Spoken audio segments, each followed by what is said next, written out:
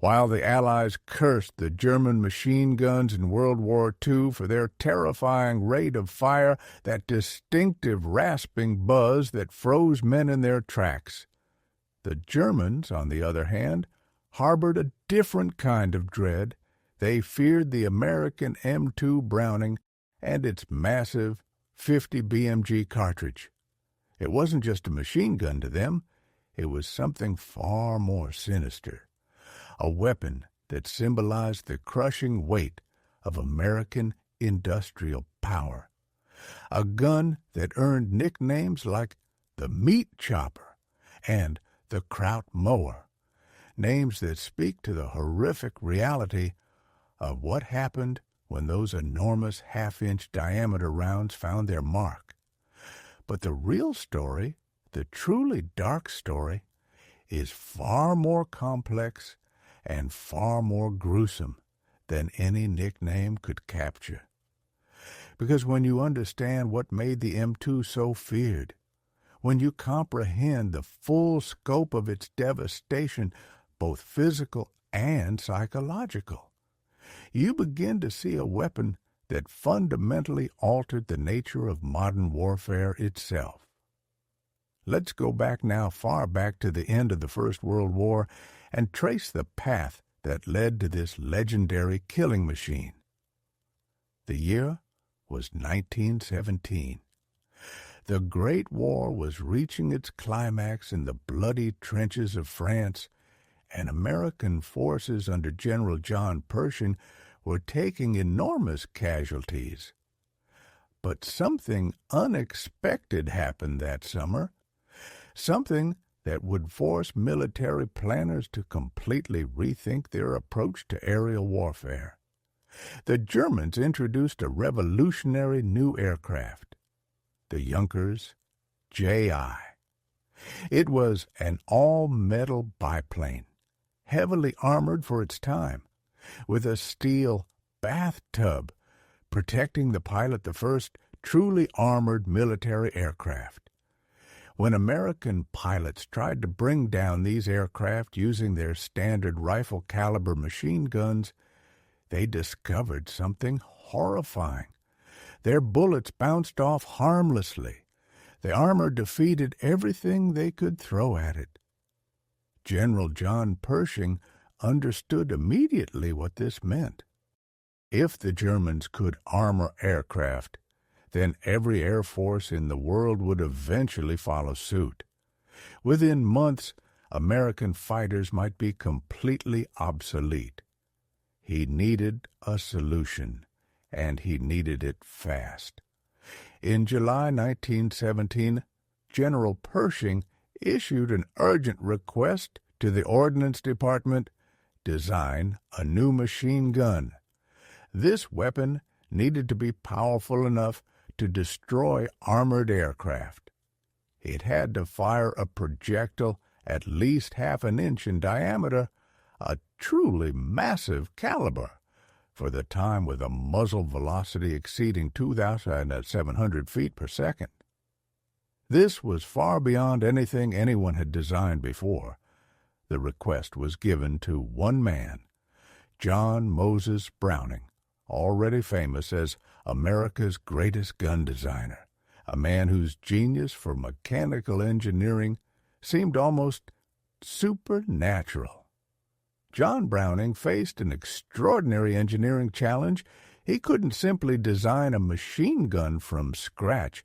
There wasn't enough time. Instead, he took his already proven M. 1730 caliber water-cooled machine gun, a weapon that had served the Army well, and did something remarkable. He scaled it up dramatically. Browning took the reliable short-recoil operating system of the M1917 and expanded it to accommodate a massive new cartridge. Winchester provided the ammunition specifications. The new round was based on the .30 LAR-06 rifle cartridge, scaled up to half an inch in diameter, and inspired by captured German 13.2 mm anti-tank rifle ammunition. The result was the 50 BMG Browning machine gun, or in metric terms, 12.7 by 99 millimeters. The numbers were staggering. This cartridge would travel at 2,750 feet per second from the muzzle, carrying approximately 12,000 foot-pounds of kinetic energy. To put that in perspective, the standard .30 caliber round carried roughly 2,700 foot-pounds. The new .50 BMG had roughly 5 to 10 times more energy than everything else in the infantry arsenal. By the end of 1917, Browning had delivered his design. Testing began in 1918, but the war ended before mass production could begin. However, the project continued. The gun was officially adopted as the M921, a water-cooled heavy machine gun. It entered limited service, primarily as a coastal anti-aircraft weapon. But John Browning wouldn't see his masterpiece reach its full potential. He died in 1926, and his design was still considered too heavy, too awkward, too specialized to see widespread use. After Browning's death, development continued under engineers like S. H. Green. Between 1927 and 1932, the design underwent radical improvements. The engineers solved the feeding problem by creating a universal receiver that could be switched between left side and right side feeding simply by changing the top cover. This seemingly minor innovation opened enormous possibilities. The gun could now be mounted in aircraft, on vehicles, on ships, on fixed ground positions, anywhere American forces needed concentrated firepower. Different barrel assemblies were developed. The water-cooled barrel for sustained fire, the heavy air-cooled barrel for vehicle and ground use, the light air-cooled barrel for aircraft tuned for a higher rate of fire up to approximately 850 rounds per minute, nearly matching the famous German MG-42. By 1933, the refined design was officially designated the M2 Browning, or in its most common form, the M2HB Heavy Barrel. It weighed 84 pounds without the tripod, had a muzzle velocity of 2,900 feet per second, and could sustain long-duration fire without the catastrophic overheating that plagued other weapons. But even with these improvements, the American military establishment was uncertain. Other nations had moved to 20 mm and 30 mm cannons for anti-aircraft work. The .50 caliber, however impressive, was still just a machine gun. Would it be enough? Should America invest in something more powerful? The decision was made to keep the M2 in limited production and continued development. The Americans believed that the .50 caliber's exceptional velocity, adaptability, and the emerging ability to produce armor-piercing variants would prove sufficient.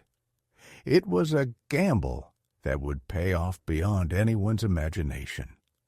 When America entered World War II in December 1941, the military already had M2s in service, but in relatively small numbers. Within months, that changed completely.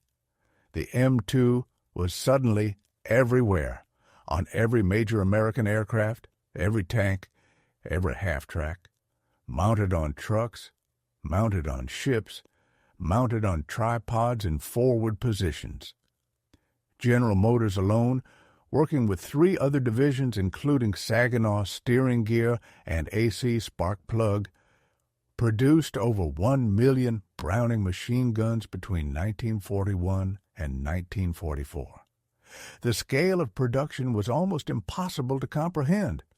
By 1945, more than 2 million M2s had been manufactured and distributed across Allied forces in every theater of operations, One gun that had been considered too specialized, too heavy, too difficult to use had become the most produced machine gun in human history.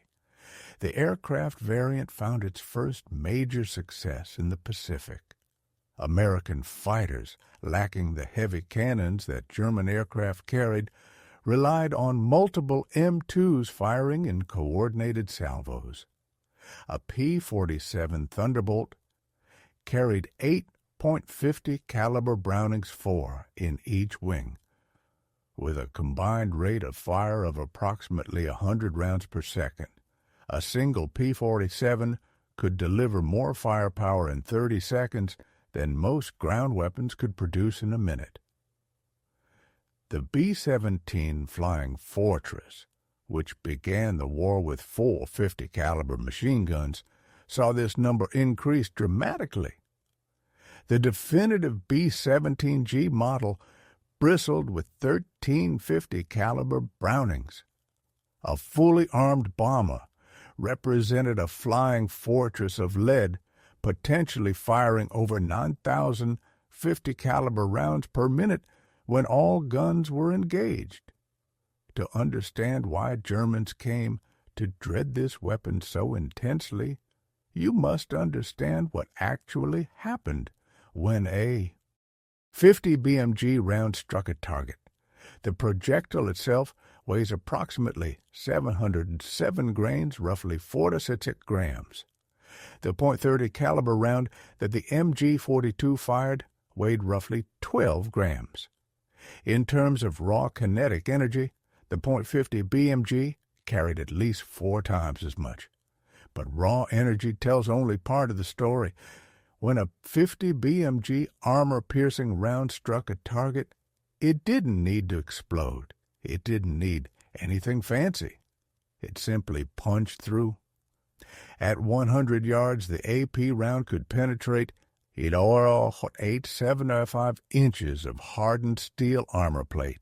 At 547 yards, it could still perforate 3/4 of an inch of armor. This meant it could penetrate engine blocks, fuel tanks, pilot armor, light vehicle hulls, and aircraft fuselages with casual ease. The German Bf-109 fighter, for instance, was protected by a half-inch steel armor plate around the pilot. The 50 caliber AP round could penetrate this at combat ranges up to 400 yards. And if an armor-piercing round didn't find its mark, there were other variants. Incendiary rounds that would ignite fuel tanks, tracer rounds that would reveal targets through the smoke and confusion of battle, high explosive rounds designed to shatter on impact. The damage profile was utterly different from 20mm cannon fire or even the German 13mm machine gun rounds. Those weapons relied on explosive detonation they needed to hit to detonate, and the explosion did the damage. The 50 BMG relied on pure, raw, brutal penetration.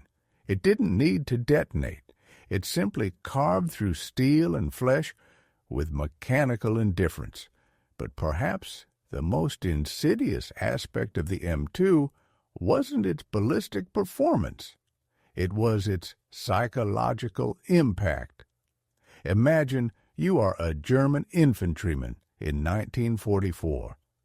You've been trained to take cover behind walls, hedgerows, farm buildings, things that should provide protection. But then you watch M2 rounds punch through a meter-thick stone wall as if it were paper. The bullet passes through stone, through plaster, through the interior of the building, and potentially through you. Without losing lethality, the physical cover that should have been safe suddenly becomes a death trap. German soldiers began to experience what psychologists would call learned helplessness. One recovered diary from a German sergeant near St. Lo reads, "Every bush can kill you. They fire through the leaves as if they see through them. Nothing provides cover anymore. This wasn't paranoia. This was documented reality. American doctrine called for reconnaissance by fire, spraying suspected enemy positions with continuous .50 caliber fire to either suppress hidden enemies or provoke return fire that revealed their locations. Against light cover, this was devastatingly effective. German units that came under sustained .50 caliber fire suffered psychological casualties at rates significantly higher than units that faced standard small arms fire. Military psychiatrists noted that soldiers subjected to repeated .50 caliber attacks, even when not physically wounded, showed signs of severe combat exhaustion and what would today be called PTSD. The knowledge that the next burst could not be survived by taking cover, that luck rather than skill determined survival, created a sense of utter helplessness that was medically and militarily significant. The familiar sound itself became psychologically destructive. The low, thumping rhythm of the M2 was distinctly different from other weapons, almost alive in its regularity. German soldiers learned to recognize this sound instantly. Propaganda leaflets captured by Allied intelligence officers noted references to the American Thunder Gun. That nickname, reflecting both awe and resentment, spread through German units like wildfire. When American ground forces landed in Normandy, the M2 proved just as valuable as it had in the air. Mounted on half-tracks, jeeps, trucks, and tank turrets, the weapon became standard issue. Oberst Hans von Luck, a veteran German officer who fought American forces, later recorded his shock at discovering that the Americans had mounted .50 caliber machine guns on virtually every combat vehicle. This wasn't a coincidence or a luxury, it was doctrine. American planners understood that if you equipped your entire force with the most powerful portable weapons possible, you created an overwhelming advantage in any engagement. A Jeep mounting an M2 suddenly became a serious threat to lightly armored vehicles. A truck carrying supplies became a potential combat multiplier if it came under attack. The ammunition consumption was extraordinary. American logistics units understood that the .50 caliber machine gun was their primary defense against air attack and ambush. Drivers and assistant drivers received training on the weapons. Ammunition was loaded in quantities far exceeding official allocations. When German forces encountered American motor columns, they often reported being stunned by the sheer volume of fire, the seemingly endless supply of ammunition, and the willingness to use it. German soldiers, watching American tracer fire arc across the battlefield at night, vivid red lines tracing through darkness, understood they were witnessing not just ammunition expenditure, but visible proof of an industrial capacity they could not match. The Allies simply produced more, moved more, fought more, and were willing to waste more ammunition to achieve fire superiority. By 1944, the Americans had air superiority, and the P-47 Thunderbolt became the vehicle for delivering that power to ground targets. With its 8 .50 caliber machine guns, excellent survivability due to its air-cooled radial engine and heavy armor protection, the P-47 became one of the most feared ground attack aircraft in the war. A single P-47 carrying 8 .50 caliber machine guns, each firing at approximately 450 rounds per minute, could deliver devastating fire on ground targets. Airfields ringed with anti-aircraft guns became death traps. German aircraft caught on the ground FW-190s, Bf-109s, He-101s were shredded by coordinated P-47 attacks. The psychological impact of these attacks was enormous. German pilots knew that once Allied fighters gained air superiority, they couldn't safely operate from forward airfields. The constant threat of strafing attacks meant that training new pilots became nearly impossible. You couldn't fly in daylight without risking annihilation by P-47s. German aircraft had to be moved constantly or hidden in protected shelters. Pilots who attacked Allied bomber formations flying at altitude with 850 caliber machine guns had to accept that their attack profile was changing. Instead of a disciplined 20mm cannon attack from a specific angle, they now had to contend with walls of 50 caliber fire from multiple directions. The volume of lead in the air increased exponentially. German Luftwaffe records indicate they needed approximately 20 hits from 20mm cannon shells to guarantee destroying a B-17 from the rear. Meanwhile, a single P-47 or P-51 with 6 or 8.50 caliber machine guns could maintain fire that made any attack run extraordinarily risky. The Germans never developed a true .50 caliber machine gun equivalent. They had the MG-131, a third unblown weapon. They experimented with captured M2s, but their doctrine and industrial structure pushed them toward 20 and 30mm cannons for anti-aircraft and anti-armor work. This wasn't necessarily a bad choice in isolation. German 20mm cannons could carry explosive ammunition far more destructive than 50 caliber AP rounds.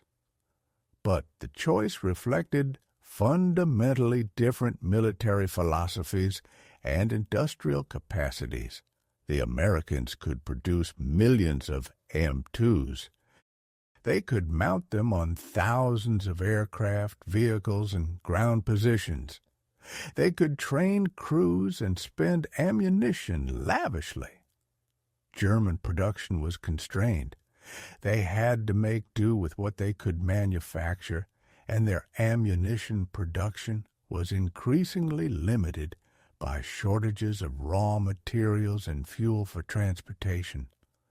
By the war's end, the sheer numbers were overwhelming. More Americans with more M2s and more locations, supplied by a logistics chain that, while stretched, never truly broke. German units came to understand that the American way of war was defined not by tactical brilliance, but by overwhelming material superiority. Historians today debate whether the M2 truly changed the tactical outcomes of specific battles. But even scholars skeptical of attributing too much to a single weapon concede its psychological dominance. The gun transcended its physical role to become a symbol of something far larger, overwhelming, inescapable American might. When German tank crews saw the muzzle flash of an M2 firing at their position, they understood something fundamental. The American wasn't trying to penetrate their front armor with that weapon. Instead, the American was going to suppress them, keep them pinned, prevent them from effectively returning fire, and bring overwhelming force to bear from another direction. The .50 caliber machine gun often wasn't the killer blow, but it enabled the killing blow by dominating the enemy's ability to respond. In urban combat, particularly in the Rhine crossing and the final assaults on German cities, the M2's penetration capability created a nightmarish tactical situation for German defenders. A machine gun positioned to provide covering fire for American troops could rake through entire city blocks, punching through walls, through windows, through light fortifications. German soldiers in buildings supposedly protected by stone walls found themselves exposed because those walls offered no meaningful cover against determined 50 caliber fire. German company commanders who fought American forces in the Rhineland during the final months of the war described the impossibility of effective defense. The only way to survive was to abandon positions before the Americans concentrated fire on them. But abandoning positions meant losing ground, and by 1945, there was no ground left to lose. The psychological erosion was cumulative. A German soldier might survive one engagement, then another, but each time watching .50 caliber rounds destroy what should have been safe cover. Eventually, accumulated stress of knowing no position was truly safe, that the Americans could and would destroy any defensive position with sustained fire, broke combat effectiveness. The M2 Browning didn't win World War II alone. No single weapon ever does. But it represented something fundamentally important about how the war was won: American willingness to apply overwhelming material force, exceptional engineering, and industrial capacity to achieve military objectives. After World War II, the M2 remained in production. It saw action in Korea, in Vietnam, in the Falkland Islands, in the Persian Gulf, in Iraq, in Afghanistan. Today, more than 80 years after its original development, the M2HB remains in service with dozens of nations. It is the longest continuously produced machine gun in history. The weapon has been modified, upgraded, and refined countless times. But Browning's fundamental design has proven so effective, so adaptable, and so reliable that no replacement has been found necessary. The Germans hated the American M2 Browning not because it was their most advanced weapon. It wasn't. They feared it because it represented something far more fundamental about the nature of the conflict they were fighting. The M2 symbolized American industrial power. It was the physical manifestation of a nation that could produce millions of weapons, train millions of soldiers to use them, and deliver them to every battlefield simultaneously. It represented doctrine emphasizing material superiority over tactical sophistication and willingness to expend ammunition lavishly to achieve fire superiority. When you understand the M2, you understand how the Allies won World War II not through tactical brilliance alone, though they had that. Not through superior soldier training, though American GIs were generally well trained. They won through overwhelming industrial capacity and the willingness to apply that capacity relentlessly. The M2 was that application made manifest. Half an inch of steel traveling at 2,900 feet per second, carrying 12,000 foot-pounds of kinetic energy, fired by a soldier, backed by the entire manufacturing capability of the United States. That is why the Germans feared it. That is why it earned its legendary nicknames.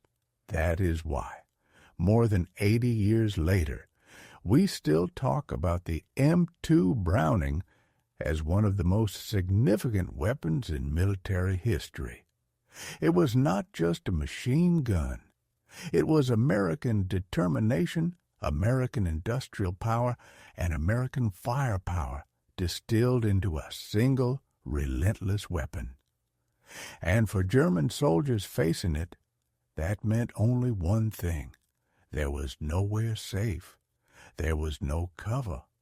There was only the choice to surrender or to die. That is the true story behind the dark reason Germans hated the American M2 .12 caliber Browning machine gun